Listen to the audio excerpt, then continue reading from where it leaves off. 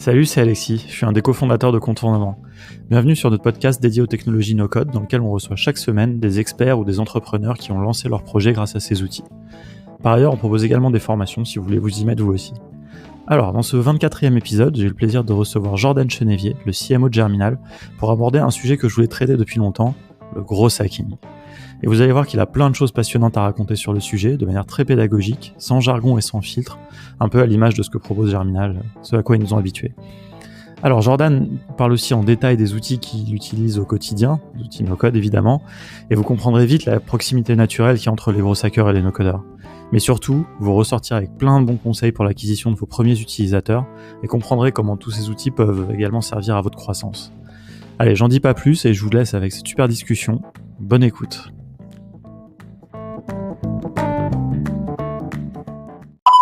Salut Jordan, merci beaucoup de prendre le temps de répondre à mes questions pour le podcast de Contournement. Avec plaisir. Responsable marketing chez Germinal, en CMO comme on dit dans le milieu. Tu vas nous expliquer un peu plus en détail ce que veut dire ce poste.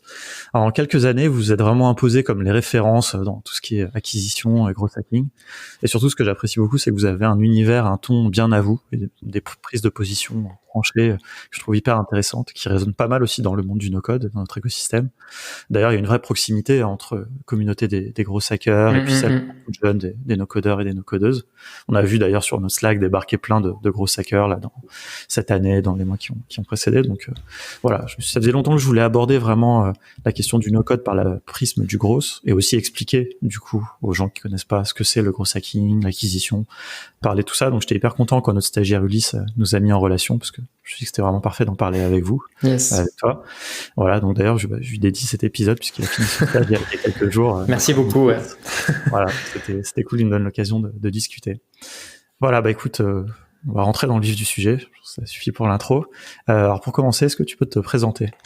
Bien sûr. Déjà, merci beaucoup pour l'invitation. Donc moi, je suis Jordan, je suis donc le CMO de Germinal, comme tu l'as dit. Donc le travail du CMO, donc c'est vraiment de définir toute la stratégie marketing, de suivre son exécution et donc de travailler à la fois sur la partie stratégie opérationnelle. Donc nous, pour une boîte de la taille de Germinal, effectivement, on peut dire responsable marketing. Pour d'autres boîtes, notamment plus grosses, c'est plutôt directeur marketing pour des personnes qui veulent des équivalences en français. Et j'ai rejoint Germinal au tout début en tant que premier salarié. Donc j'ai pu voir toute l'histoire que je serais heureux de partager avec vous. Plein de questions là-dessus, sur ce que vous faites, vos clients, les outils que vous utilisez, tout ça, on va parler de tout ça. Déjà, juste une petite question, t'as un background technique ou pas du tout Non, alors en fait, moi j'ai un background, alors rien à voir, j'ai fait des études d'achat, j'étais acheteur dans l'industrie automobile à la sortie de mes études. Je travaillais pour une société qui s'appelle Valeo, donc boîte du CAC 40. Donc absolument rien à voir avec le milieu. Ensuite, j'ai monté une boîte dans le domaine artistique, puisque du coup j'ai été danseur, prof de danse, etc. Et puis en fait, au travers de cette expérience entrepreneuriale, j'ai découvert le marketing, le milieu du growth, et j'ai rencontré Grégoire, le CEO de Germinal, avec qui on a bien accroché, et c'est ce qui a fait que ensuite je me suis retrouvé chez Germinal. Donc tu vois, c'est pas du tout le background. C'est marrant parce que du coup, tu as découvert le marketing, l'acquisition, tout ça pour toi en tant qu'entrepreneur. Ouais. Et puis finalement, tu en as fait ton métier, quoi. Exactement. En fait, ça a vraiment été, je sais pas, je prenais énormément de plaisir à faire ça quand j'étais entrepreneur.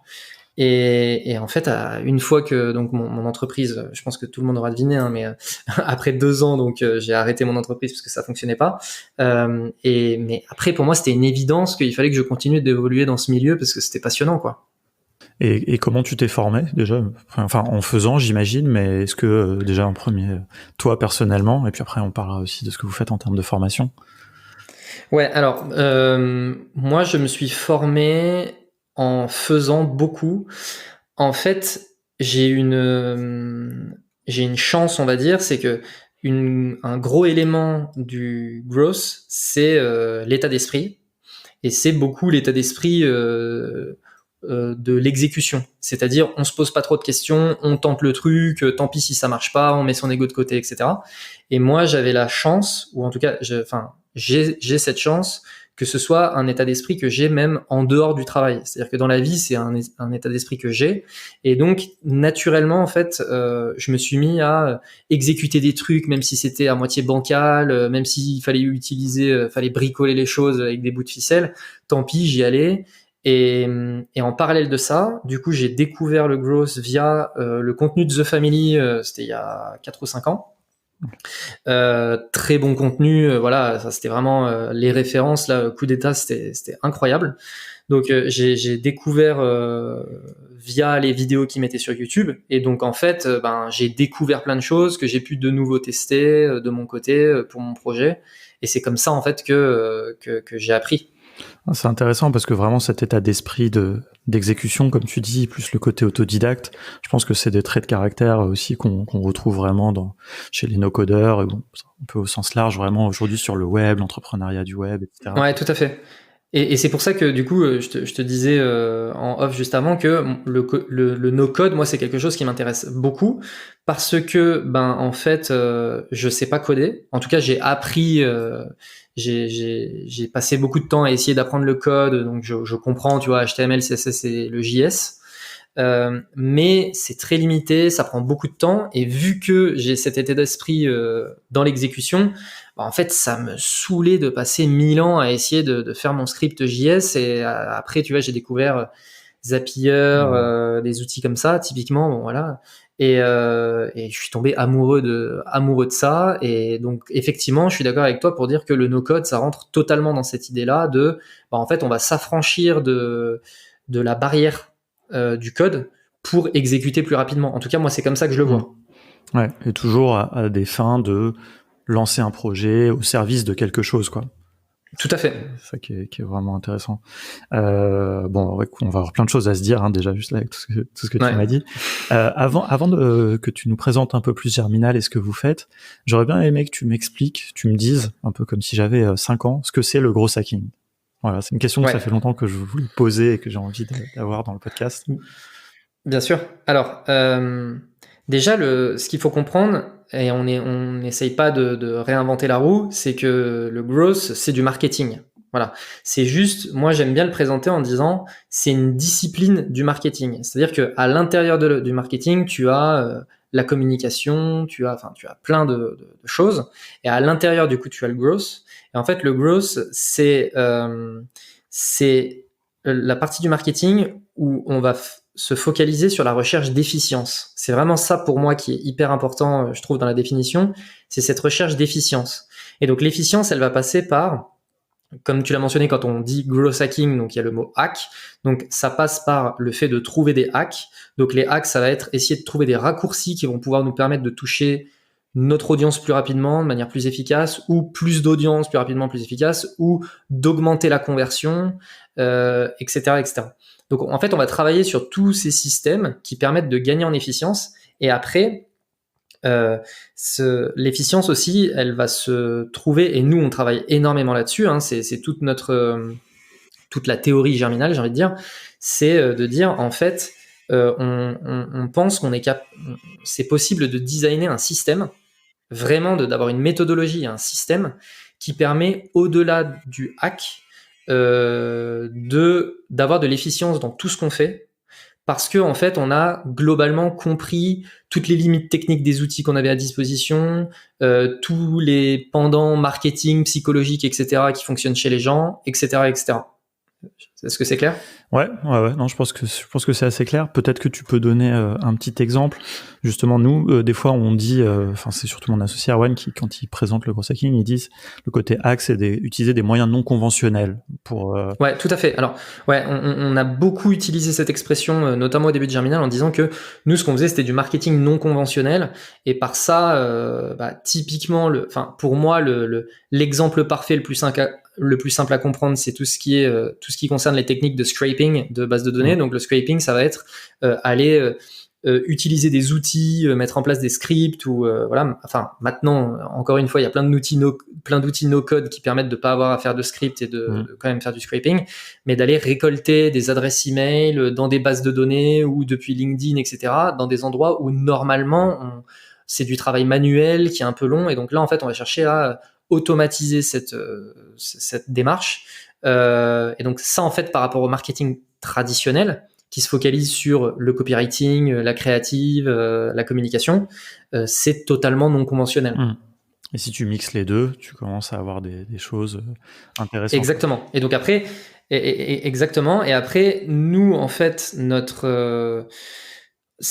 fait, ce qui est assez intéressant et qu'on observe beaucoup chez Germinal, c'est que selon le domaine dans lequel tu évolues, le growth, il va avoir un impact plus ou moins important selon le moment dans lequel tu le fais intervenir dans la vie de ton entreprise.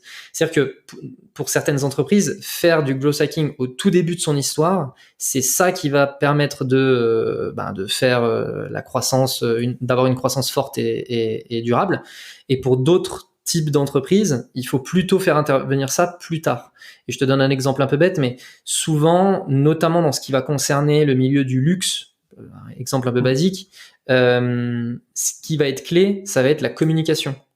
Et le growth hacking, en fait, il va venir s'interfacer avec la communication ou intervenir dans un second temps, alors que pour dans d'autres entreprises, type nous, le milieu dans lequel on évolue, Germinal, qui est le milieu des agences ou là de la formation, c'est des choses qui le growth peut intervenir très tôt en fait dans notre histoire. Je pense que si je dois résumer, je pense qu'il y a vraiment cette notion de croissance qui est très importante, parce qu'en fait, si tu as une super idée, enfin le côté vraiment traditionnel, je sais pas, tu as une campagne de pub, tu vas faire une super belle pub.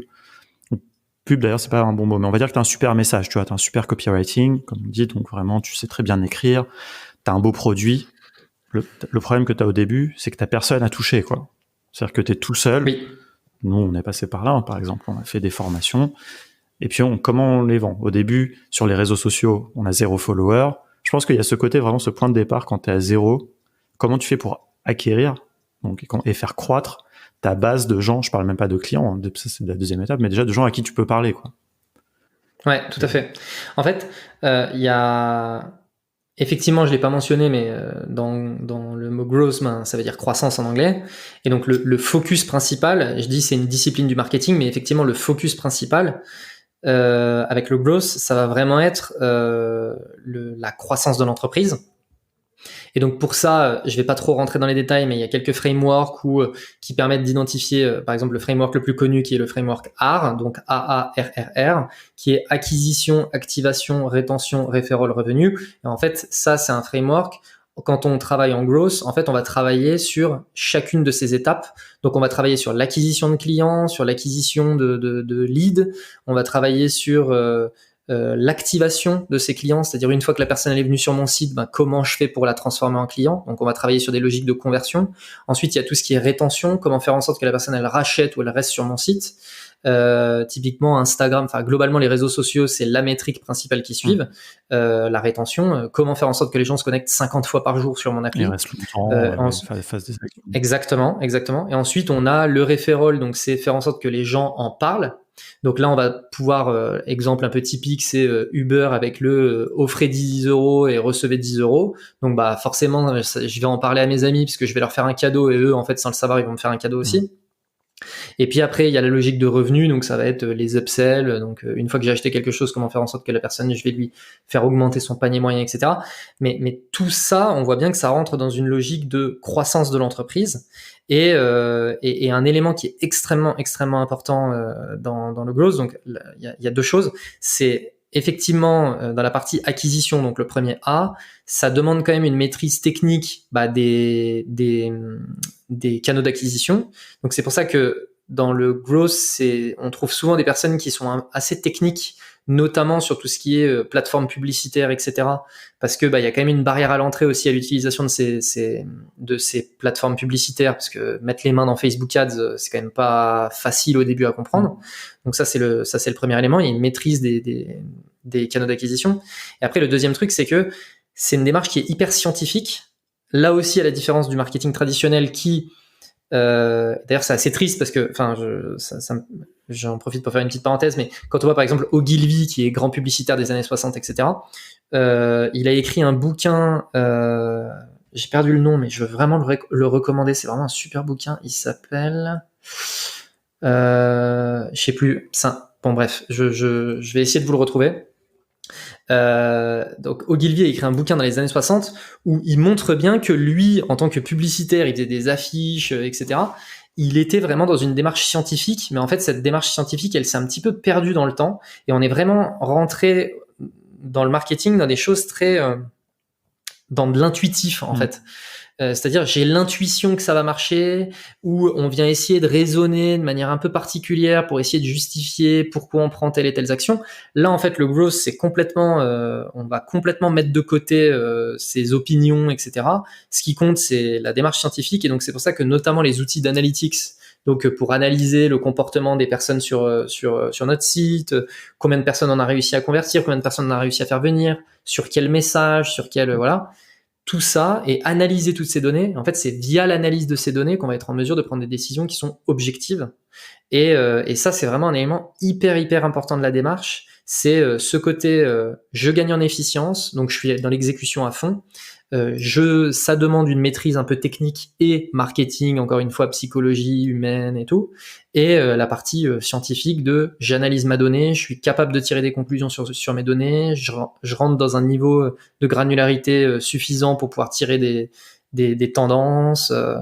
Voilà. Ah, j'ai vu du coup un bout de la formation de Grégoire sur comment devenir un monstre sur LinkedIn, et ouais. J'étais assez très agréablement surpris par justement cette approche scientifique, quoi.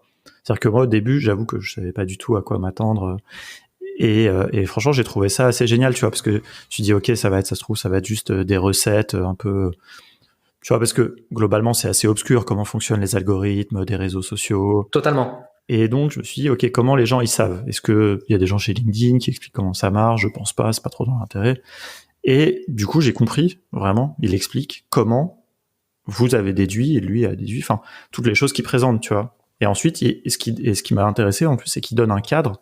Finalement, il donne pas des recettes toutes faites que chacun doit appliquer, il donne un cadre pour faire ses propres expérimentations sur la base de ce qui a marché pour lui, par exemple, mais il incite vraiment à ça, à faire ses propres expérimentations.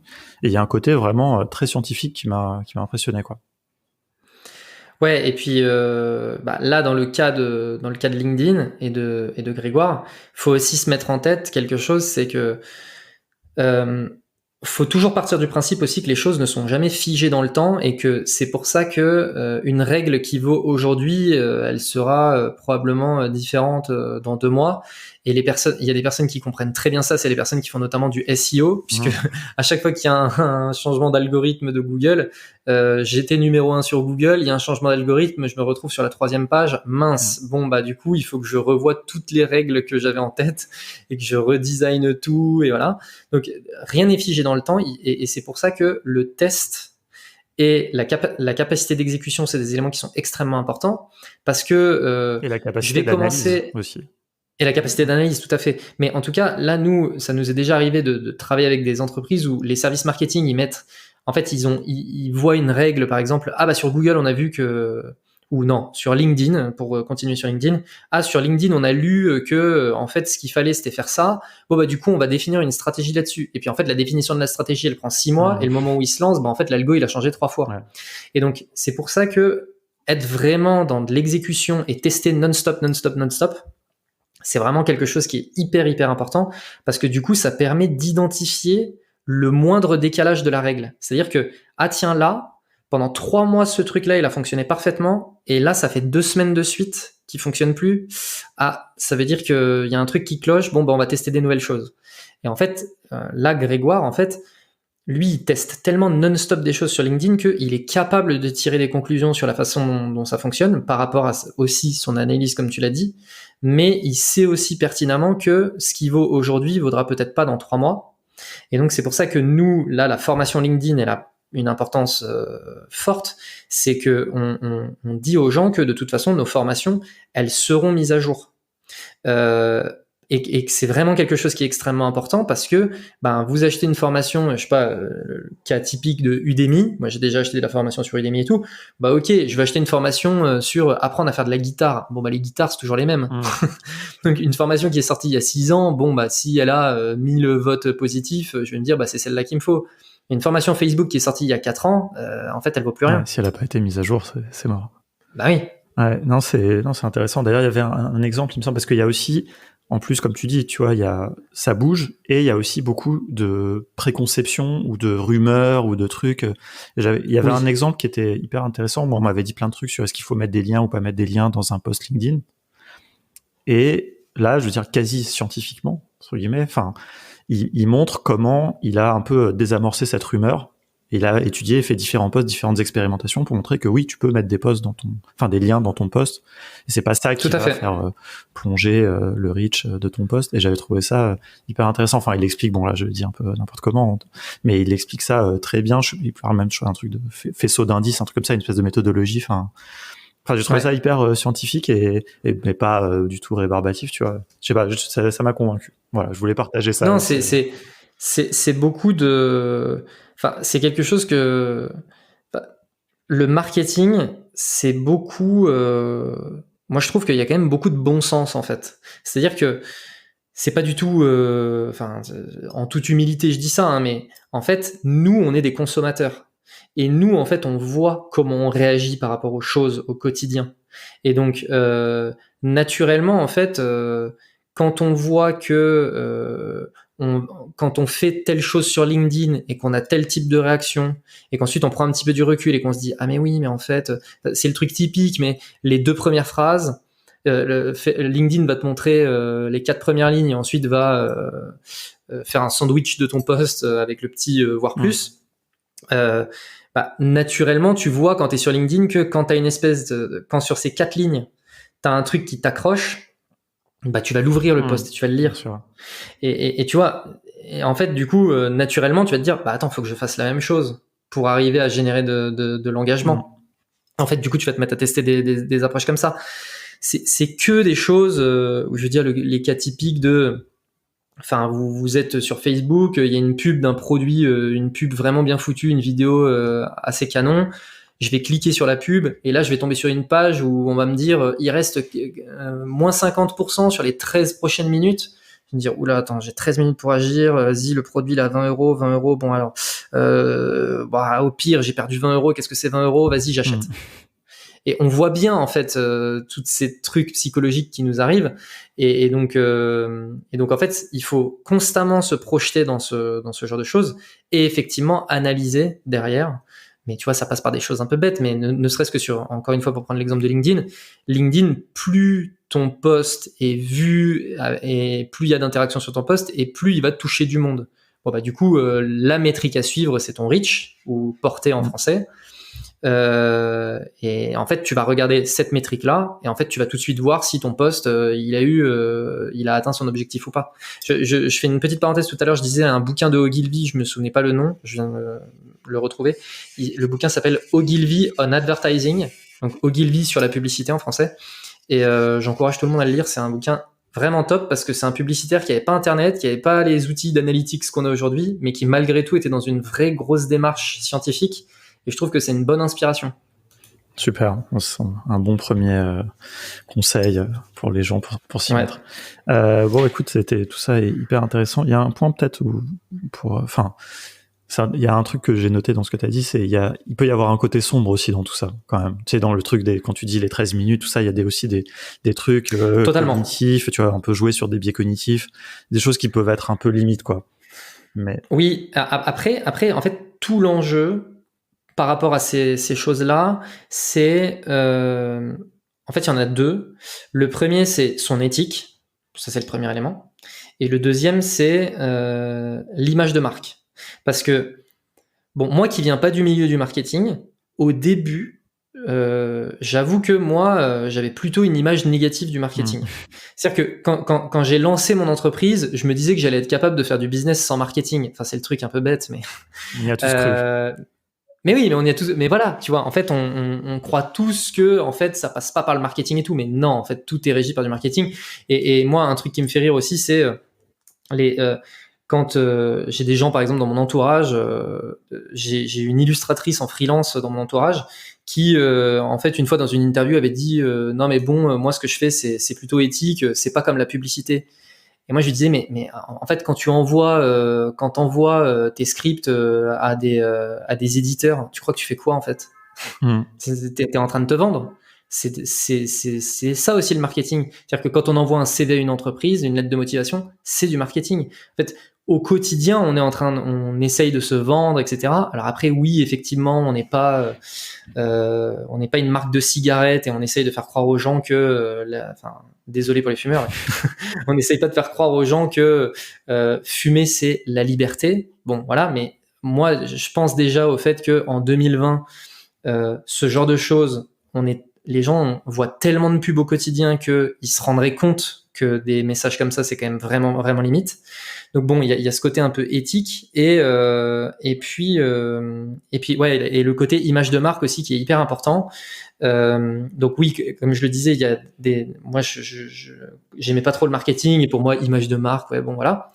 Mais la réalité, c'est que une marque, c'est hyper puissant. Un nom, ça peut être hyper puissant. Et quand on pense à Nike, il y a des images qui nous viennent en tête. Quand on pense à Puma, il y a des images qui nous viennent en tête. Quand on pense à Apple, il y a des images qui nous viennent en tête.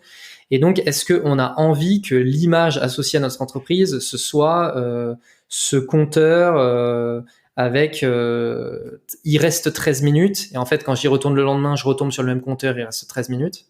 Déjà, juste de faire des soldes, des réductions, des pubs sur des réductions, c'est déjà en soi un message. On peut déjà se dire, est-ce que je veux vendre au rabais mes Exactement. produits? Enfin, tu vois, tout est des choix en fait qui sont liés comme ça au marketing et tout. Tout à fait, tout à fait. Et donc tout est, il faut absolument réfléchir à ça. Tu vois, là actuellement, au moment où on parle, du coup, nous on est en train de faire tourner un truc avec Germinal avec un prix barré, donc tu vois, je peux en parler.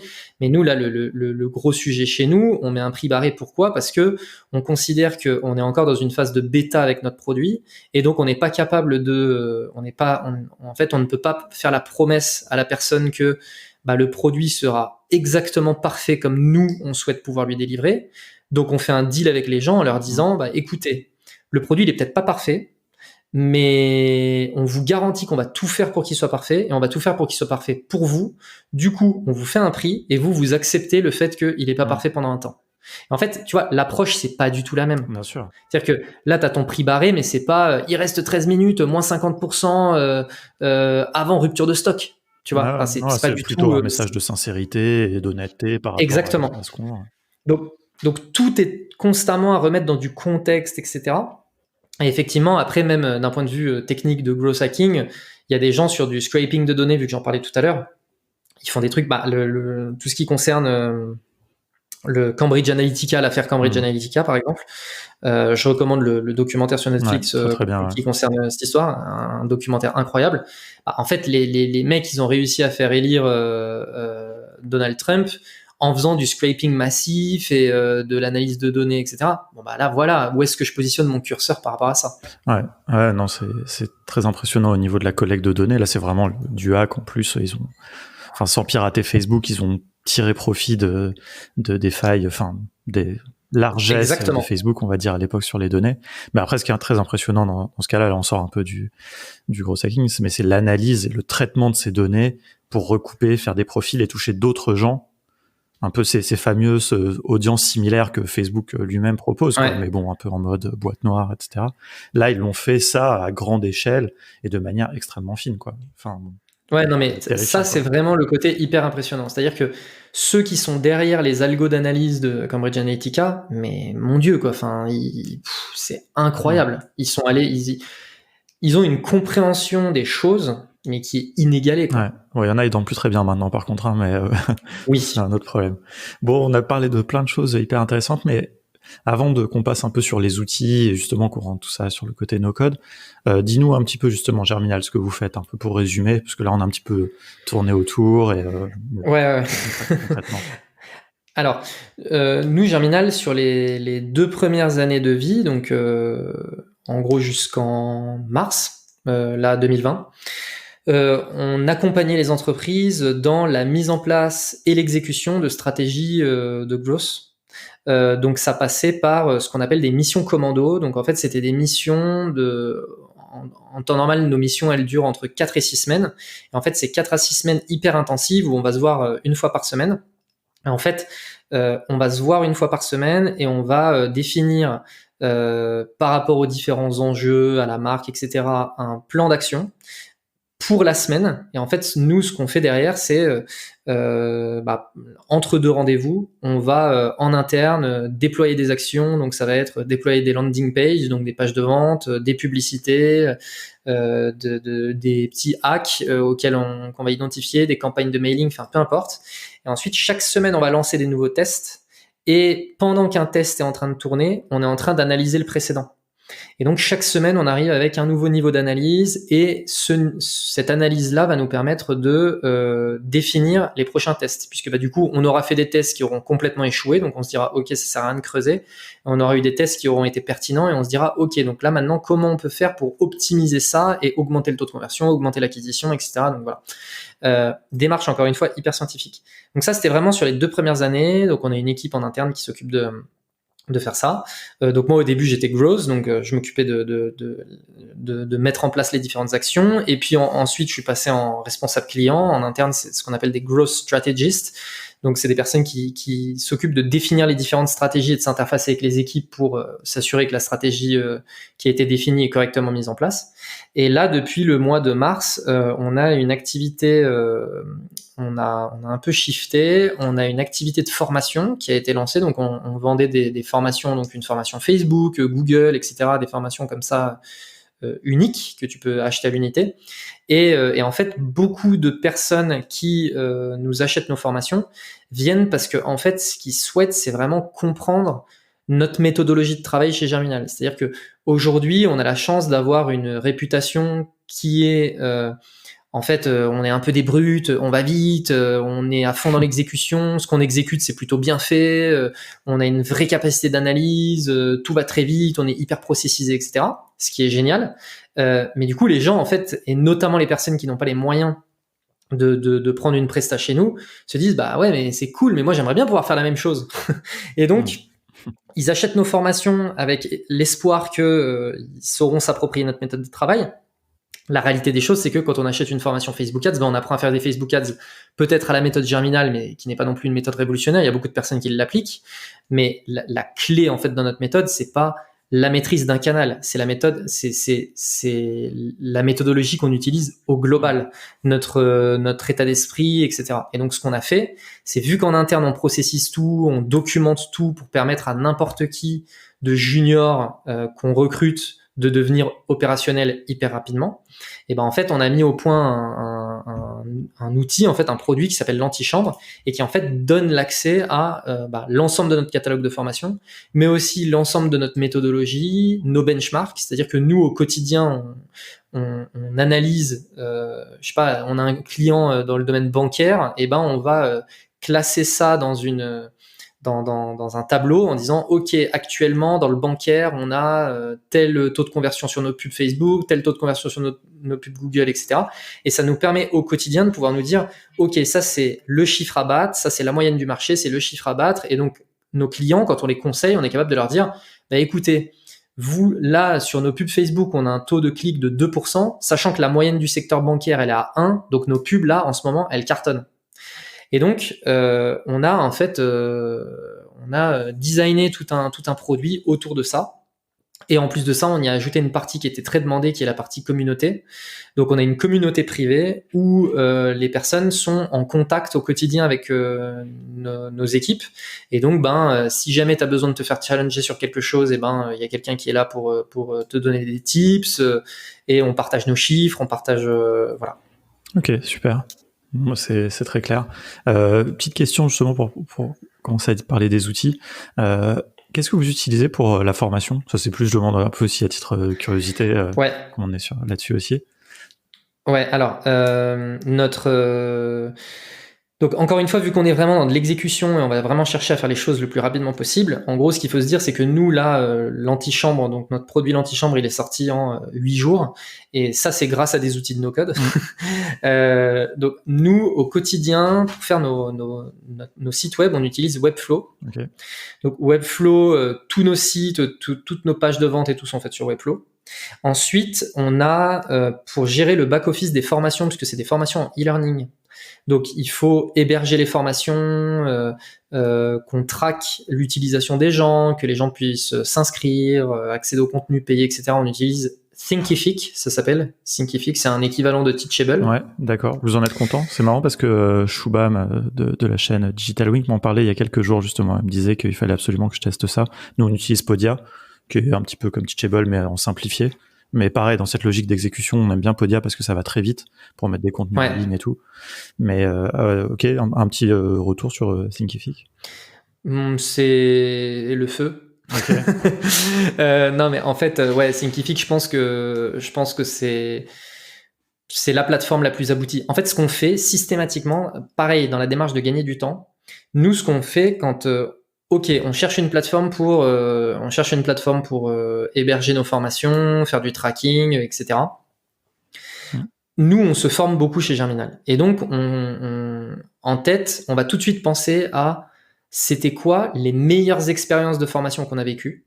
Et donc, on va penser à des marketeurs américains, par exemple. On achète pas mal de formations à des marketeurs américains, des trucs comme ça.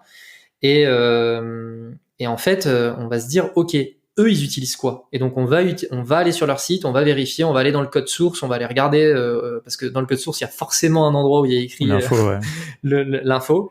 Et en fait, on a remarqué qu'il y en avait pas mal qui utilisaient Thinkific. Okay.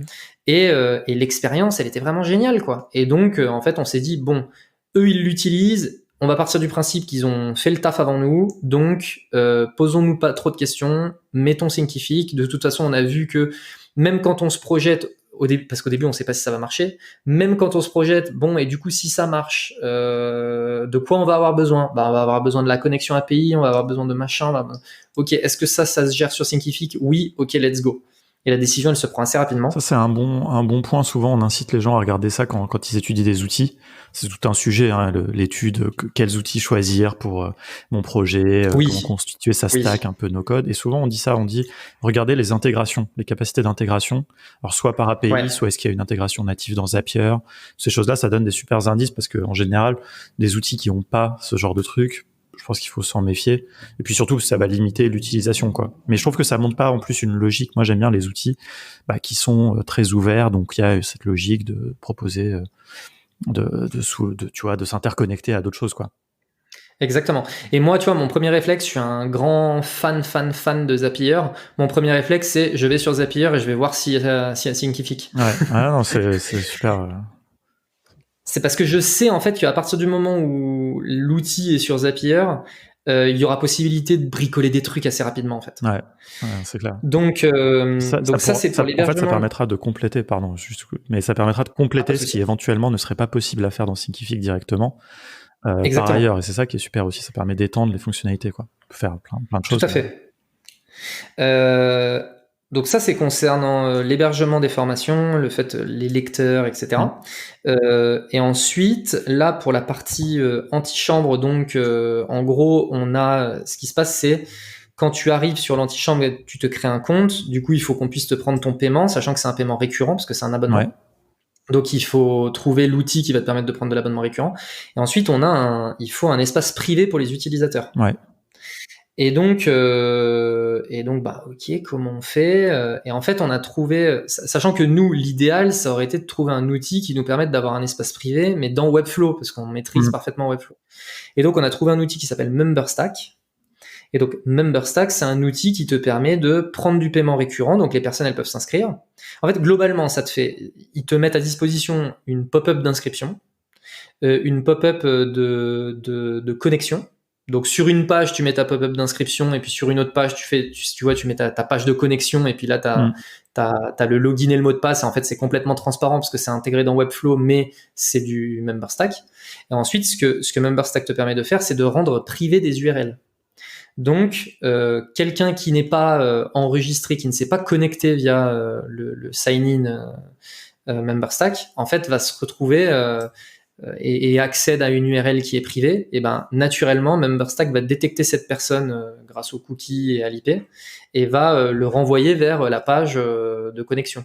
Et donc en fait, tu vois, en utilisant ces outils-là, qui sont des outils no-code, et ben on a Webflow, ok, la personne elle arrive sur la page de vente, elle s'abonne via la pop-up MemberStack, elle arrive sur un espace privé qui est Webflow, et dans l'espace privé Webflow, il y a un bouton accéder à mes formations, et quand elle clique sur accéder à mes formations, elle se retrouve sur Thinkific. Mais tout ça est transparent.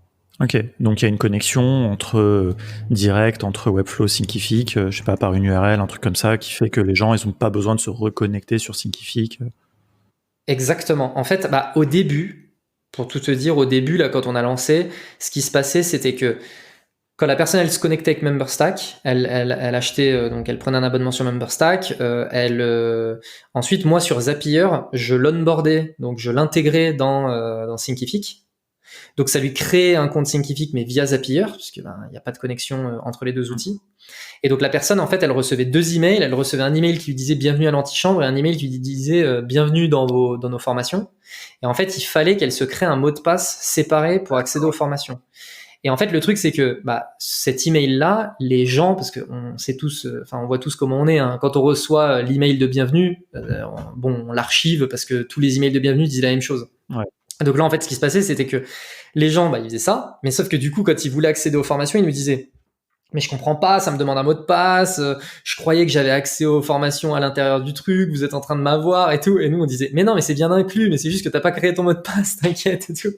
Et en fait du coup ensuite ce qu'on a fait, c'est qu'on a observé que Thinkific avait la possibilité de faire du SSO. Donc SSO c'est Single Sign-On, et donc c'était en fait de transmettre par API. Donc là on rentre un peu dans des trucs techniques, hein, mais de transmettre. En fait, quand la personne elle se crée un compte sur MemberStack, ça lui crée exactement le même compte sur Thinkific et ça vient récupérer les informations d'IP. Et donc, quand la personne elle clique sur accéder à mes formations, ça la connecte automatiquement à Thinkific. Et donc, c'est ce qui permet aux gens de faire ça de manière totalement transparente. Mais du coup, pour ça, j'ai eu besoin de l'aide de l'équipe produit, parce que maintenant on est une équipe produit pour gérer ça en interne. Et donc, dans l'équipe produit, on a un développeur et donc c'est lui qui a mis en place ça. Okay. C'est la limite du no-code à ce moment-là. Ouais, non, mais bon, c'est après voilà, no-code, ça veut pas dire qu'il faut pas faire appel à des développeurs quand il y en a. Ah tout à fait. Mais en tout cas pendant tu vois les 2 premiers mois en fait ça allait. C'était juste que du coup on avait du support client à faire parce que les gens nous contactaient en disant mais je comprends pas et tout, et on leur disait alors attendez, vous inquiétez pas, voilà, reprenez ce mail là, et après ils disaient ah ok c'est bon ça marche. Ou tu vois le truc typique c'est ah ouais mais j'ai supprimé le truc. Je dis allez sur la page et mettez mot de passe oublié, ils mettaient mot de passe oublié, et après c'était réglé, tu vois. Mais c'est bon en termes d'expérience client, c'est pas idéal, mais encore une fois, ça vous a permis de vous lancer et d'avoir les... Exactement. On est dans l'exécution et on valide des hypothèses, parce que encore une fois, il faut partir du principe que on ne sait pas si notre produit va intéresser les gens en fait. Si ça se trouve, ça va intéresser personne. Qui achète ton SSO, il te sert à rien quoi, en fait. Mais oui, en fait, ça sert à rien de passer une semaine à mettre en place un SSO si au final j'ai pas de clients. Ouais. Donc bricolons un truc, lançons le truc une semaine en avance, et comme ça nous permet de pouvoir prendre des décisions, de prendre les meilleures décisions possibles. Ouais, non, c'est hyper intéressant. Et puis vous avez eu besoin d'un développeur au final sur un point très limité. Oui. Pour lui, en plus, c'était plus intéressant d'ailleurs de faire ça. Souvent, les développeurs, ils aiment bien quand même un peu les challenges techniques. Donc, de faire ça plutôt que d'avoir à faire un espace client comme il a déjà fait 10 minutes. Exactement. Et puis l'avantage aussi du no-code concernant l'espace client, typiquement, c'est que n'importe qui dans la boîte, vu que à peu près n'importe qui dans la boîte maîtrise Webflow, n'importe qui peut, s'il identifie une coquille, aller la corriger. C'est un truc bête. Non, c'est un des grands avantages de Webflow. Mais je veux bien que tu m'en dises un peu plus après sur ce que vous faites avec Webflow aussi. Ouais, bien sûr. Mais oui, enfin, j'avais juste une petite anecdote en passant, mais il y a quelques semaines, j'étais en contact avec des gens chez MemberStack et je leur demandais notamment de me dire des exemples de sociétés qui avaient implémenté MemberStack avec succès, et ils m'avaient donné l'exemple de vous et de l'antichambre. C'est vrai ? Ouais. C'est dingue. Je n'avais pas du tout connaissance de ça. D'accord, c'est cool. Et je vais leur demander des coupons, des trucs comme ça alors. Bon, ils sont au courant et non, c'était cool. Donc du coup, ça, je savais déjà avant qu'on se parle. Génial. Ouais, c'est fou. Oui, alors sur Webflow, dis-moi un peu comment vous utilisez, parce que donc ça, c'est votre usage interne. Est-ce que vous utilisez aussi Webflow pour vos clients? Quels sont les avantages sur l'acquisition, les landings, tout ça? Ouais, alors, on utilise Webflow, peu importe la page web qu'on fait, on la fait sur Webflow. Pourquoi ? Parce que parfois, dans plein de cas, et d'ailleurs on a un peu des réflexions en interne sur ce genre de sujet, mais Webflow, c'est quand même, c'est un outil no-code, mais c'est quand même la liberté. C'est-à-dire qu'à la différence d'un outil type London, parce qu'on parle pas mal de London aussi en interne, pour les personnes qui connaissent pas, donc c'est un outil pour créer des pages web aussi. Mais en fait, on est hyper guidé. Et ils nous disent, ok, c'est quoi votre domaine, c'est quoi votre style, c'est quoi vos couleurs. Et bim, il y a une page web qui est créée comme ça, avec des illustrations un peu cool, une typo un peu sympa, etc. Mais bon, c'est du standard, c'est-à-dire que notre site web, il va ressembler à 1500 autres. Mais l'avantage, c'est que, bah voilà, en 30 minutes, j'ai mon site web qui est en ligne. Webflow, c'est la liberté. Donc ça donne, ça a son lot d'avantages et d'inconvénients. L'inconvénient, c'est que, quand on est trop libre, on sait pas quoi faire. Et puis en plus de ça, il y a une barrière technique à l'entrée ils utilisent, en fait, ils se basent sur le langage HTML et CSS, et du coup, si on n'a jamais lu, ne serait-ce qu'une doc HTML ou CSS, on peut être un petit peu perdu. Et pour gérer du responsive ou des choses comme ça, par exemple. Mais l'avantage, c'est, peu importe le client avec qui on travaille, on va être en mesure de s'adapter à son identité, en fait. On va être en mesure de designer les choses comme on veut, de faire des funnels de conversion comme on le souhaite. Enfin, ça offre toute cette liberté. Et donc, naturellement, en fait, on s'est tourné vers Webflow depuis le tout début. Et même si pour certains clients, en fait, c'est des clients avec des identités pas très poussées, ça pourrait être fait via une template sur Weblium, par exemple. On a un peu des réflexions actuellement sur Weblium pour une certaine typologie de clients qui pourrait nous faire gagner du temps. Mais globalement, ça nous offre la possibilité de pouvoir s'adapter à n'importe qui, n'importe quand. Et en fait, le top du top, c'est quand on va commencer à travailler avec un client et qu'on va dire on va designer des landing pages, on a une landing page à faire et ensuite on la décline, et derrière ça va être avant tout du copywriting qui va être modifié ou quelques éléments de bloc, etc. Mais une fois que la première landing page elle est faite, après derrière ça déroule, quoi. On peut en faire une cinquantaine rapidement. Donc c'est vraiment ça le truc parfait, quoi. Vous avez une designer en interne, ou comment vous faites sur le côté justement visuel? Parce que ça, c'est un peu un truc de Webflow. Il y a à la fois ce côté technique où c'est vrai que c'est très important de connaître le HTML, CSS. Ça, c'est une des barrières qui est mince quand même. Mais il y a cet autre côté aussi dans Webflow, que quand tu es face à ta page blanche, si tu connais rien en design, en réalité, tu vas pas aller très loin. Oui, c'est vrai. Alors, là-dessus, pareil, on a pas mal itéré sur les process. Les choses, elles évoluent aussi. Donc, pour travailler avec les clients, on a un process qui est, si le client, encore une fois, a une identité pas très poussée, les growths en interne qui s'occupent donc de faire notamment de l'intégration, vont s'occuper de prendre la création des landing pages de A à Z, parce qu'en fait l'enjeu de design il va pas être très important, et donc il suffit globalement de reprendre les codes et je veux dire, on va sur le site internet du client, on se dit qu'on reproduit quelque chose d'à peu près similaire, et puis ensuite après pour les clients qui ont des identités quand même plus importantes, où vraiment le design c'est partie intégrante de la marque, et là on a un designer qui fait un design sur InVision, donc qui design complètement une landing page sur InVision, et ensuite il y a un intégrateur qui s'occupe de la mettre sur Webflow.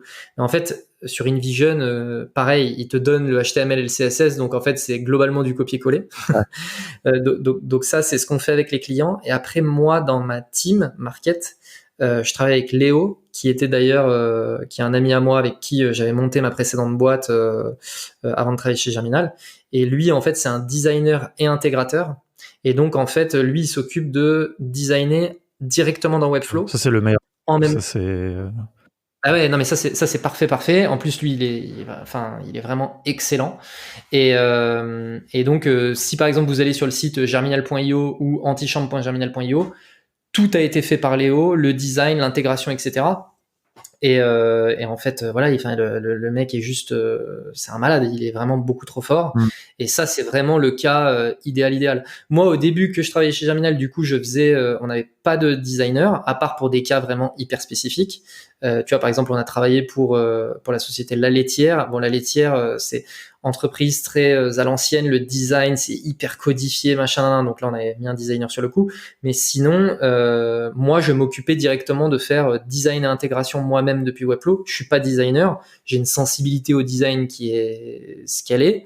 Mais effectivement, si tu as une petite sensibilité au design et que tu maîtrises Webflow, derrière, après, tu fais un peu ce que tu veux. Alors oui, effectivement, c'était pas le top du top en termes de design de landing page, mais ça faisait quand même bien le boulot. Ouais, c'est ça, comme tu dis, c'est une question de sensibilité, et puis ça s'apprend aussi. Il y a des codes, il y a des Tout à fait. je veux dire, tu peux éduquer ton œil, tu vois, apprendre les références, et puis après, tu peux aussi faire des petits systèmes, réutiliser un peu toujours les mêmes typos. Enfin, il y a des petites recettes comme ça qui permettent. Oui, et puis après, bon, moi, tu vois, je trouve que quand on travaille avec nous, donc quand on travaille avec des clients, en fait, déjà, le travail identitaire, c'est pas à nous de le faire, c'est eux qui l'ont fait.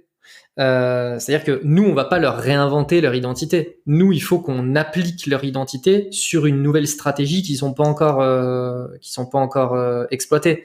Donc, en soi, à partir du moment où tu vois, ça passe par des extensions Chrome, Colorzilla, des trucs comme ça. Tu identifies, ok, les couleurs majeures de la marque, c'est ces trois couleurs-là. En typo, ils utilisent ça en titre et ça en texte. Et au niveau des images, ils utilisent des images de gens ou des illustrations ou machin. Bon, déjà, tu as lu ça, tu es capable de faire des choses.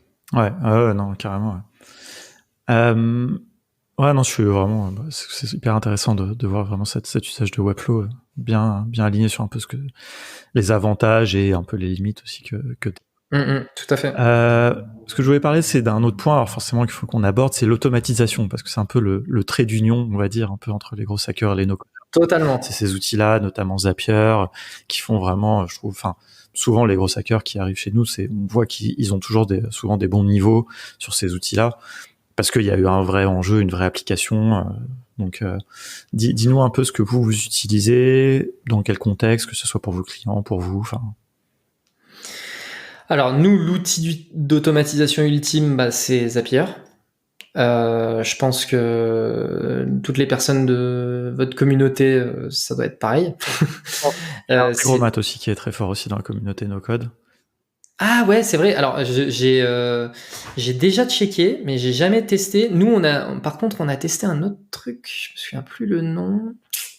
Un peu dans le même genre. Tu saurais me donner des noms? Je crois qu'il y a un P dedans. Je me souviens plus. C'est vraiment les deux de loin. C'est quand même ces deux-là. Après, il y a d'autres choses qui existent, mais. Ouais, je me souviens plus. Il y a un outil d'automation là. Il faut que je me souvienne. Mais en gros, on a aussi utilisé un autre outil. Je me souviens plus du tout. Ce que c'est, mais qui était vraiment vraiment puissant aussi. Phantom Buster. Alors, on utilise Phantom Buster, mais tu vois là, c'est pour un cas vraiment particulier de tout ce qui concerne le scraping, etc. C'est Parabola, l'autre outil. Ah oui, Parabola. Mais Parabola, en fait, enfin, effectivement, ça peut être aussi un outil d'automatisation. C'est un outil qui est très bon, surtout pour le traitement des données, en réalité. Exactement. Nous, c'est sur ces sujets-là qu'on l'utilisait. Ah oui, non, Parabola, c'est extraordinaire. Mais il y a beaucoup moins d'intégration, en fait. C'est pour ça que c'est. Exactement. C'est pour ça qu'on l'utilise en parallèle de Zapier sur des sujets bien particuliers. On utilise Phantom Buster effectivement pour tout ce qui est scraping ou envoi de messages automatiques sur LinkedIn, sur des plateformes, etc. Ça, pour le coup, c'est vraiment la référence des gros hackers. Ouais, tout à fait. J'espère un jour finir par avoir quelqu'un de Phantom Buster sur ce podcast aussi. C'est bon. Ouais, ce serait top. Ça serait top. Mais ça viendra justement dans cette lignée de code. Ouais, il faut. Et puis ils sont bons, donc voilà, il faut. Ouais. Et puis ils sont français, donc c'est top. Donc outils d'automatisation, donc Phantom Buster, Zapier. Justement sur Zapier, par exemple, si c'est celui que vous utilisez le plus. Pardon ? Vous en servez vous de Zapier du coup ? En fait, j'ai envie de te dire, moi de mon côté. Si tu me laisses n'importe quel outil, donc on parlait de MemberStack, Thinkific, etc., un Zapier et un Google Spreadsheet, et je suis heureux globalement. Donc c'est-à-dire que Zapier, nous on l'utilise. Alors je vais te parler de deux utilisations quand même bien distinctes, mais on a une utilisation de manière hyper simple sur des process, comme je disais tout à l'heure, à savoir, quelqu'un s'enregistre quelque part et ça push de la data ça envoie de la donnée sur un Google Spreadsheet, et ensuite sur notre Google Spreadsheet, ça nous permet de pouvoir faire du reporting, du suivi, tu vois, des choses comme ça. Vous n'utilisez pas Airtable sur la partie base de données? Eh ben non. Et alors, je savais que tu allais m'en parler, tu vois, je savais, parce que ça, je sais que c'est un outil no-code ultime. Et tu sais quoi, on n'a jamais réussi à passer le pas. On n'utilise pas Airtable. Ok, bon, après, si vous avez toutes vos vies dans des tableurs et tout, je veux dire... Ouais, mais en fait, on est convaincu. On a eu une grosse conversation il y a quelques temps concernant Airtable. En fait, nous là, aujourd'hui, en gros, le process en interne, c'est au début, on bricole. Et le meilleur moyen de bricoler, c'est les Google Spreadsheets. Donc, on bricole sur notre Google Spreadsheet. Et ensuite, une fois qu'on déploie de manière un peu massive, parce que on a validé toutes les hypothèses, on sait que c'est un truc qui roule et tout, derrière, on gère ça directement en base de données et on utilise Forest Admin. Je sais pas si tu connais. Ouais. Alors, on utilise Forest. C'est un développeur pour le coup, mais... Ça, c'est un outil de développeur, voilà. On utilise Forest pour gérer tout la partie admin, etc., etc. Donc là, c'est vraiment, c'est un vrai outil de gestion à gérer avec développeurs, avec une vraie base de données derrière. Et en fait, parfois, on se retrouve dans des situations où on se dit, le tableur trouve ses limites, mais Forest, c'est trop lourd. Et du coup, on est coincé dans ces moments-là et on se dit, mais mince, comment on peut gérer? Et donc, on continue de faire du spreadsheet un peu bricolé et tout. Et en fait, c'est à ce moment-là, on se dit, tu vois, là, il nous faudrait du Airtable. Je pense qu'effectivement, Airtable, c'est exactement le milieu entre les deux, quoi. C'est d'ailleurs exactement. Site, s'il se présente comme ça, moitié tableur. Tout à fait. Données. C'est une vraie base de données relationnelle, comme une base SQL, mais avec la simplicité d'utilisation. T'as un peu le back-office fait directement, t'as les vues, je vais pas faire le commercial. Mais c'est un de mes outils préférés, donc c'est vrai que je m'en lasse pas d'en parler, mais tu n'es pas le seul à nous en parler et pour qui c'est un outil préféré. Et nous, tu vois, on travaille beaucoup avec, on discute beaucoup avec Start the Fuck Up. Je pense que tu vois qui c'est, qui travaille sur du prototypage de projet, etc. Et une fois, je parlais avec Michael qui travaille beaucoup sur tout ce qui est automatisation, prototypage et tout. Et du coup, il me disait, ah ouais, du coup, Airtable, machin. Et je disais, nous, on n'utilise pas Airtable. Il m'a dit, mais non, mais tu rigoles, là, j'espère. Mais tu rigoles. Et en fait... Weblium aussi. Oui, et c'est lui le premier à m'avoir parlé de Weblium en plus. Donc voilà, petite dédicace, Michael. Et en fait, ouais, on n'a jamais passé le pas. Et en fait, je pense qu'on n'a jamais passé le pas parce que personne chez Germinal n'a jamais utilisé Airtable. Et en fait, du coup, tu sais, il y a ce temps de prise en main, de machin. Et puis tu vois, la logique spreadsheet. Moi, maintenant, je l'ai. C'est vraiment un truc, genre, j'arrive à penser tous mes process en spreadsheet. Et du coup, je me dis, mais si je débarque sur Airtable, sachant que je n'ai pas la mentalité Airtable, je vais faire un truc et je vais devoir le péter la semaine suivante parce qu'en fait, j'aurais découvert des nouveaux trucs, etc. Et du coup, c'est cette espèce de barrière de, non, mais en fait, je vais y passer ma vie déjà à faire les trucs correctement. Mais bon, c'est comme tout, c'est vrai que quand on est dans le feu de l'action, on a c'est ça. On va prendre le temps de se former puis de migrer. Mais on devrait faire un deal. Je vous passe une formation à Airtable et vous me passez une formation à LinkedIn, un truc comme ça. Écoute, franchement, why not? Parce que, en fait, comme je te l'ai dit, on a envie de s'y mettre. En fait, on a l'envie parce qu'on y croit. On croit au fait que c'est un outil qui va révolutionner pas mal de choses en interne. On n'a juste pas passé le pas. Donc franchement, deal. Il y a aucun problème là-dessus. C'est avec plaisir. Mais du coup, voilà, en gros, tu vois, sur les outils d'automatisation, pour revenir un petit peu notamment sur Zapier, je te disais, voilà, il y a les systèmes d'onboarding où effectivement, on va connecter des outils un peu simples, on va envoyer de la data sur un spreadsheet, des trucs comme ça. Le deuxième, après, il y a un cas pratique vraiment particulier qui est que, en gros, vu qu'on essaye de processiser plein de choses en interne pour gagner un maximum de temps, je vais te donner un cas, le cas typique. Ça va être... Alors non, juste pour finir sur aussi le truc de base, tu vois, un autre cas pratique de truc de base. Nous, sur Internet, pour faire une demande, sur notre site Internet, pour faire une demande de devis, c'est un Typeform. Et du coup, on fait une connexion entre Typeform et notre CRM avec Zapier. Voilà, basique. On envoie les informations, on fait un calcul dans Zapier pour calculer pour scorer en fait le lead, et puis ensuite on l'envoie dans soit le lead on considère qu'il est de très mauvaise qualité et du coup on lui envoie automatiquement un email en disant désolé on va pas pouvoir travailler ensemble, soit on considère que c'est un lead avec qui il faut aller plus loin et on l'envoie dans le CRM. Tu vois, c'est le cas un peu de base. Et après, par contre, on essaie de développer vraiment des process qui permettent de faire gagner du temps aux équipes en interne. Et donc, le cas un peu typique, c'est une fois qu'on a signé un deal avec une entreprise, on va sur la partie mission commando que j'ai expliqué tout à l'heure, donc vraiment sur de l'accompagnement, on a une équipe qui est dédiée pour eux, etc. En fait, systématiquement, ce qui se passe, c'est le sales, il va valider le devis. Et une fois que le devis va être validé, il va faire une introduction auprès d'un gros stratégiste en disant bon voilà, je vous présente la personne qui va être en charge de votre dossier. Et la personne qui est en charge du dossier derrière va envoyer un questionnaire, va envoyer un questionnaire en disant ok, qu'est-ce que vous avez testé dans le passé, quelles sont vos propositions de valeur, quel est votre business, etc. Tu vois, vraiment pour qualifier, pour que le gros stratégiste, avant le kick-off de la mission, puisse arriver et déjà anticiper les stratégies qu'on va pouvoir tester, anticiper les trucs qu'on va pouvoir faire. Et en plus, on utilise Google Drive pour gérer les dossiers clients. Et donc, le gros stratégiste va devoir créer le dossier dans Google Drive avec les sous-dossiers. Derrière, on a des templates spreadsheet pour pouvoir présenter des publicités. On a des templates Google Word pour Google Doc pour tel et tel cas. Et donc, on passait notre vie à créer des dossiers, faire des copier-coller de templates. Et puis, il faut que la personne elle ait signé le contrat. C'est le gros stratégiste. Donc, le sales fait signer le devis et le gros stratégiste fait signer le contrat.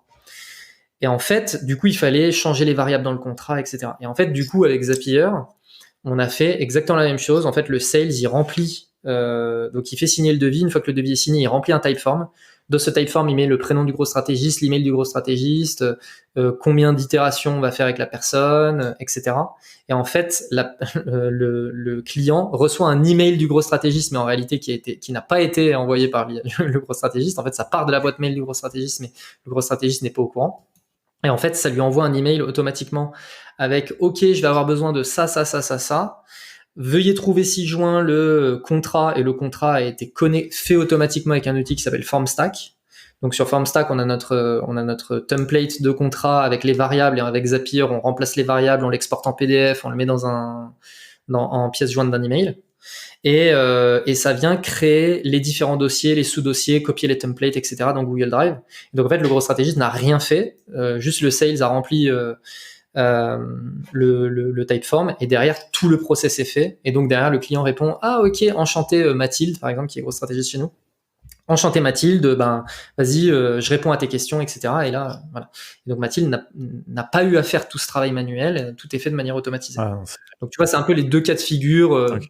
Le cas un peu simple et des process un peu plus lourds. Ouais, de toute façon en termes d'opération, vraiment, je pense que l'avenir, enfin beaucoup de boîtes, mais toutes les jeunes boîtes comme vous, toutes les startups et tout ont bien compris ça, quoi, qu'on pouvait automatiser énormément de choses, se faciliter, et en plus ça va avec des process clairs et clean, quoi, parce que avant d'automatiser quoi que ce soit, tout ce que tu nous as décrit, c'est déjà un process. Je sais pas comment dire, tu vois, tout à fait, mais qui déjà il faut mettre en place, quoi. Se dire ok, comment on fait, dans quel ordre on fait les choses, et ensuite on l'implémente et ça permet d'avoir tout ça au clair, quoi. Tu peux pas mettre, tu sais pas qui est responsable. Ouais, ça effectivement, c'est vraiment le truc que, quand je fais des formations en growth ou des choses comme ça et on nous demande un petit peu, tu vois, typiquement les gens qui souhaitent apprendre notre méthode, ils nous posent beaucoup de questions là-dessus. Nous, systématiquement, par contre, quelque chose qu'on dit, c'est au départ, faut avoir fait, faut que le travail manuel, il ait été fait 100 fois avant de pouvoir vraiment identifier le fait que, en fait, attends, là, au bout de 100 fois, je me rends compte que les 50 dernières fois, j'ai fait 50 fois la même chose. Parce que les 50 premières fois, on va se dire, attends, le client, il va dire, ah ouais, mais il me manque ça. Ah mince, putain, c'est vrai, ça, ce serait un truc, ça pourrait être cool de le mettre systématiquement auprès des clients. Attends, on va mettre le truc. Et au bout de 50 fois, t'as un process qui commence vraiment à être standard. vraiment standard. Et puis du coup, pendant les 50 fois suivantes, tu fais tout le temps la même chose et tu te dis, bon là, c'est bon, stop, j'automatise le truc et puis voilà. Mais c'est systématiquement ça le process, ouais. Bien sûr, ouais. Non, il faut toujours commencer aussi par là, quoi. Ok, bah écoute, plein de choses passionnantes, je vois que le temps file. Du coup, quelques questions pour finir. On va essayer d'être bref, mais si tu avais quelques conseils vraiment très pratiques, justement, un peu pour résumer un petit peu tout ce qu'on s'est dit, tu vois, pour des gens, des no-codeurs qui lancent leur projet, qui ont du coup pas du tout cette sensibilité de gros hackers, mais je veux dire, quand on lance un projet, il faut bien acquérir ses premiers utilisateurs, sans même parler de clients, mais voilà, qu'est-ce que tu aurais un petit peu, si on doit résumer? Ouais, et ben du coup, moi le conseil que je donne systématiquement, c'est il faut toujours avoir l'humilité et suffisamment mettre son ego de côté pour se dire que même si même si un projet on y croit dur comme fer, même si on a envie d'y croire, on a envie de mettre sa vie dedans, etc. En fait, on n'a aucune garantie que on est en train de faire quelque chose qui a du sens pour les gens. C'est difficile à admettre, mais c'est vraiment ça le gros conseil que je donne, c'est il faut vraiment se mettre ça en tête et en fait se dire que quoi qu'il arrive, vu qu'on ne le sait pas, l'objectif numéro 1, c'est valider des hypothèses. C'est vraiment ça le truc. Et à partir du moment où on se dit, moi, ce que je veux, c'est valider des hypothèses, et ben, une des hypothèses, ça va être, est-ce que les gens vont être intéressés par, le premier point, hein, c'est, est-ce que les gens vont être intéressés par ma proposition de valeur? La proposition de valeur, c'est simple, hein, c'est, vous arrivez sur un site web, le premier truc qui est écrit tout en haut de la page, c'est la proposition de valeur. Donc, limite, vous pourriez mettre une page avec un seul bloc, c'est-à-dire une espèce de petite image que vous avez trouvée sur Internet, une proposition de valeur et un bouton découvrir, et vous traquez le nombre de personnes qui ont cliqué sur le bouton découvrir. Déjà, rien que ça prend une demi-heure. Vous allez le poster dans des groupes Facebook, parce que souvent les groupes Facebook, enfin je veux dire, ça c'est pareil en termes de mentalité. Donc pour donner un exemple, donc avant de travailler chez Germinal, donc avec ma boîte, donc boîte dans le domaine artistique, on a dépensé 0 € en acquisition, on a fait 100 000 € de chiffre d'affaires en 3 mois, que sur des groupes Facebook. Pourquoi? Parce que, en fait, on s'adressait à des musiciens, on s'adressait à des danseurs, on s'adressait à, voilà. Et en fait, vous allez sur Facebook, vous allez dans la barre de recherche, vous tapez musicien, guitariste, guitare, voilà. Et vous avez, mais, honnêtement, hein, moi, dans mon marché, il y avait 500 groupes Facebook, je pense. Je les avais tous classés dans un tableur Excel. Et du coup, dès que j'avais besoin de poster un truc sur de la guitare, par exemple, j'allais dans les groupes de guitare et je disais « Hey tout le monde, salut, vous pouvez me dire ce que vous en pensez ?» Et les gens, ils allaient et je regardais, est-ce que les gens, ils se sont inscrits? Est-ce que les gens, ils ont fait une demande de devis? Est-ce que machin? En fait, rien que ça m'a pris 5 minutes et en fait, j'ai validé une hypothèse. Et donc, il faut toujours être dans cet état d'esprit de je valide les hypothèses le plus rapidement possible, même si le truc, il est un peu bancal, c'est pas grave, il faut y aller. De toute façon, à la fin, c'est la donnée, la data, qui est clé. C'est pas mon petit feeling personnel de je pense que je vais révolutionner le monde. Ça n'a pas de sens tant que ça n'arrive pas. Et donc, le meilleur moyen, en fait, de passer outre ça, c'est de se dire, bon, alors attends. Et puis, pareil, un exemple que je donne systématiquement. Facebook, la V1 de Facebook, c'est un annuaire. Ouais. Enfin, faut quand même réaliser ce truc de Facebook, la V1, c'est un annuaire. Si jamais si Mark Zuckerberg, il avait envisagé que sa V1 de Facebook, ce serait le Facebook d'aujourd'hui, en fait, ça aurait jamais vu le jour. Ouais, il l'aurait jamais sorti. Ou alors il aurait. Voilà. Exactement. Et quelqu'un aurait pris la place, en fait. Et le truc, c'est que lui, il s'est dit, moi, je veux valider l'hypothèse de est-ce que les gens, ils sont intéressés par la vie des autres? Je vais faire un annuaire et je vais aller regarder combien vont aller voir le profil des autres. Ouais, c'est un bon exemple. Et là, après, il s'est dit, ah ok, les filles, elles vont voir les profils des mecs, les mecs, ils vont voir les profils des filles. Et si je rajoute le champ célibataire, machin, qu'est-ce qui se passe? Et là, il a vu qu'il y avait 3 fois plus de connexions par jour. Ah ouais, ok, donc c'est ça qui intéresse les gens et tout. Et c'est comme ça, en fait, qu'il a avancé. Donc, il faut constamment, vraiment, le conseil primordial, c'est faut se lancer. On n'a pas le temps, en fait. Il faut valider les hypothèses rapidement. Et c'est intéressant parce que ça, c'est finalement un peu l'autre trait d'union dans tout ça. C'est le côté lean startup. En fait, on n'a pas du tout parlé de Exactement. ce que tu as évoqué. C'est vraiment ça. C'est la méthodologie, quoi. C'est l'approche, c'est un état d'esprit. tout cet état d'esprit dont tu parlais au tout début, de l'exécution finalement là, tu vois, enfin un peu la somme. Et en fait, on est tous regroupés par ça, par cette idée de lancer vite avec les bons outils au bon moment, que ce soit du no-code, des fois du code, des fois juste une landing page. Enfin voilà, et faire tout ça, mais tester, ne jamais oublier que c'est le client qui décide finalement. Enfin l'utilisateur qui décide s'il veut utiliser ton produit ou pas, et de l'interroger constamment. Enfin. Ouais. Et tu vois, une correction aussi que je fais assez souvent à des personnes qui utilisent cette expression. Tu vois, je pense que tu as déjà entendu l'expression il faut éduquer le marché. C'est un truc qu'on entend beaucoup. Et c'est une phrase qu'on entend systématiquement quand les gens ils sont en échec. C'est-à-dire ouais, mais j'ai pas eu de bons résultats parce qu'il fallait éduquer le marché. Mais en fait, moi je propose de voir les choses à l'inverse. C'est de se dire que en fait c'est le marché qui nous éduque. Ouais. Et en partant du principe que le marché va nous éduquer sur est-ce qu'on a raison ou est-ce qu'on a tort, bah, tout de suite, ça permet de reprendre les choses de manière totalement humble, et ça permet aussi de se concentrer sur ce qui compte, c'est-à-dire analyser les signaux que nous envoie le marché. Ouais. Ouais. Non, je pense que c'est une bonne conclusion. J'ai 2 dernières questions. Ouais. Très rapides. Alors, une qu'on pose à tous nos invités. Personnel, qui est un peu, alors, nous on adore les side projects en fait, tu vois, vraiment justement cette logique qu'on était en train d'évoquer. Si toi t'avais un side project à lancer, je sais pas, peut-être tu fais d'autres choses en dehors de Germinal, même si j'imagine ça doit te prendre beaucoup de temps, et que tu avais à lancer, bah justement avec un petit peu tout ce qu'on s'est dit, qu'est-ce que ça serait? Alors, j'ai pas de side project business. J'ai un side project associatif. Et en fait, ben, j'utilise plein de choses du business, mais appliquées aux associations, parce qu'en réalité, c'est rien d'autre que se construire une audience, voilà. Donc moi, par exemple, à côté de Germinal, j'organise un festival avec des amis, un gros festival de danse hip-hop.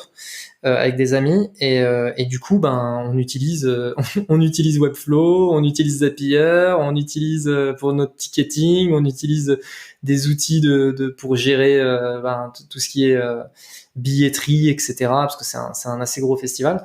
Donc là, moi, mon side project, c'est celui-là, où j'applique du coup les outils no-code et tout. Et donc, je pense que ça change peut-être d'autres invités que tu as pu avoir qui restent un peu focus business, mais voilà, juste pour dire, on peut aussi faire ce genre de choses sur de l'associatif, ou voilà. Mais par contre, je ne te cache pas que j'aimerais bien pouvoir avoir un side project business. Là, il s'avère que j'ai pas eu une idée qui m'a plus intéressé que ça, et j'ai pas vraiment le temps. Deux très bonnes raisons, je pense, pour ne pas se lancer. Donc. Voilà, exactement. Et puis bon, j'ai un autre side project depuis 1 an, c'est que je suis devenu papa, donc ça me prend aussi pas mal de temps. Une priorité, je pense. Exactement, c'est un peu ça la priorité du moment, plutôt que les side business. J'imagine. Super, bah écoute, merci beaucoup pour tout ça. Où est-ce qu'on peut te suivre? Est-ce que tu es un monstre d'influence aussi sur LinkedIn, par exemple? J'essaye, écoute, j'essaye des trucs. J'essaye de suivre le sillon tracé par Grégoire. En fait, on voit que LinkedIn en B2B, notamment sur de l'influence, enfin, influence, c'est un grand mot, hein, mais sur de l'organique depuis des pages personnelles, l'impact sur le business, il est fou, mais il est vraiment fou. Et du coup, pareil, ça c'est un conseil aussi concernant le fait de mettre son ego de côté. J'ai toujours considéré que au début, j'aimais pas parler sur LinkedIn parce que mais ça c'est un peu le syndrome de tout le monde, mais j'ai rien à dire d'intéressant, etc., etc. Et puis je sais pas, un jour je me suis dit non, bah écoute. Quand je faisais des rendez-vous avec des clients, des fois je leur disais des trucs qui me semblaient hyper évidents, et puis ils me disaient ah ouais mais c'est génial et tout machin, et je me suis dit bon bah écoute, tous ces trucs que en fait tu dis un peu comme ça à des clients de manière complètement informelle, et ils ont l'air de trouver ça intéressant, bah poste sur LinkedIn ça, et puis on verra ce que ça donne. Puis j'ai eu des retours assez intéressants et tout, et après bon Grégoire il m'a dit bon bah t'es gentil, mais maintenant il va falloir passer la seconde, donc je vais t'expliquer comment ça fonctionne. Et puis du coup maintenant j'essaye de bien m'y mettre. Donc effectivement vous pouvez me suivre sur LinkedIn, j'ai un Twitter mais que j'active assez peu, donc ouais le lieu idéal c'est LinkedIn. Ok, super, on te pingera sur LinkedIn, on va appliquer justement les bonnes méthodes. Bah ouais, taguez-moi. Comme ça je viendrai liker et tout, on aidera l'algo. Aider la diffusion du reach et tout ça. Tout à fait. Super, bah écoute, merci beaucoup pour tout ça. Merci à toi. Et puis bah à bientôt. À très vite.